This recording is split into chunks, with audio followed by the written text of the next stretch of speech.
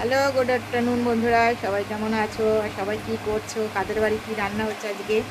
যেহেতু শুক্রবার নিরামিষ, আমাদের বাড়িতে তো আজকে নিরামিষ, প্রতি শুক্রবারই নিরামিষ হয়। তোমরা সকলেই এতদিনে জেনে গেছো।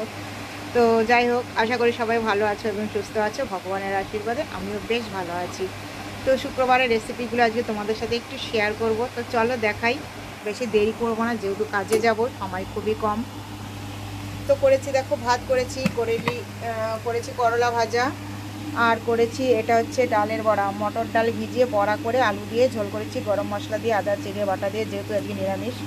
আর এখানে করেছি, দেখো, এটা হচ্ছে কুমড়ো আলু, আর এখানেও কিছু ডালের বড়া দিয়েছি একদম ছোটো ছোটো করে, দেখো এরকম ছোটো ছোটো করে ভেজে এর মধ্যে দিয়ে দিয়েছি। আর দিয়েছি কাঁঠালের দানা, আছে কয়েকটা কাঁঠালের দানাও দিয়েছি।